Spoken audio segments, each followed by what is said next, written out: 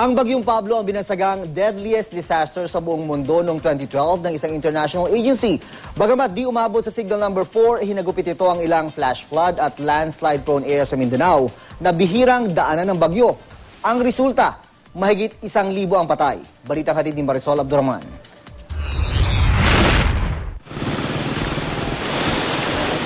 Kagimbal-gimbal ang tumambad ng mga tagpo.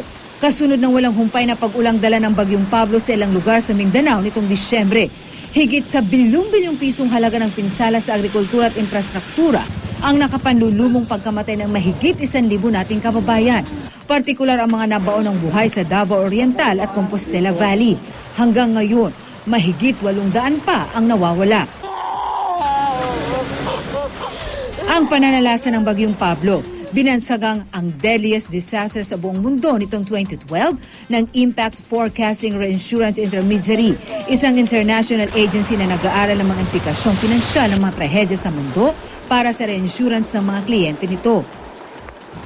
Pero sa kabila ng tinding pinsalang dulot ng Bagyong Pablo, umabot lamang ito sa signal number 3. Paliwanag ng Pag-asa, hindi naabot ng Bagyong Pablo ang lakas ng hanging dala ng mga bagyong nasa signal number 4. Ang ulan naman ito, katamtaman lang daw. Kay Pablo, kaayusan lang actually para sa typhoon.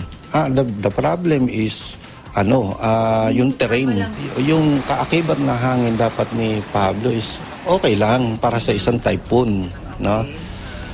Pero yun nga sinasabi natin na hindi laging nakabatay sa ulan yung intensity ng bagyo. Laging sa hangin yan eh. Giit pa ng Pag-asa, naging sapat daw ang babala nila sa Mindanao. Nagkataon lang umano na hindi ganun katibay ang mga infrastrukturang napinsala ng bagyo. Bukod pa sa flash flood at landslide-prone area ang mga sinalantang lugar na bihirang daanan ng bagyo.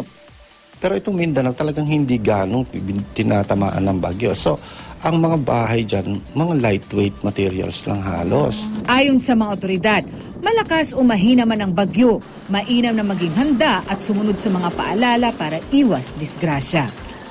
Kung ito yung signal number 3 or even number 4 ang nangyari sa Batanes, hindi ganon ang epekto. Dahil resilient yung mga tao doon. Hindi gaya ng Davao Oriental at saka Compostela, hindi sila sanay.